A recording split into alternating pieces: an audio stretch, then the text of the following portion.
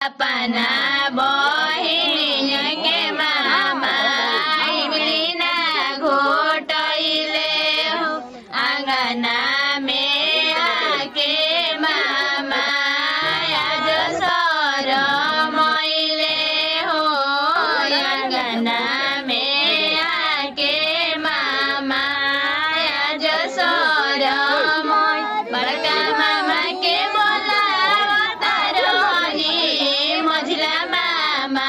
आइले हो इमली घोटावे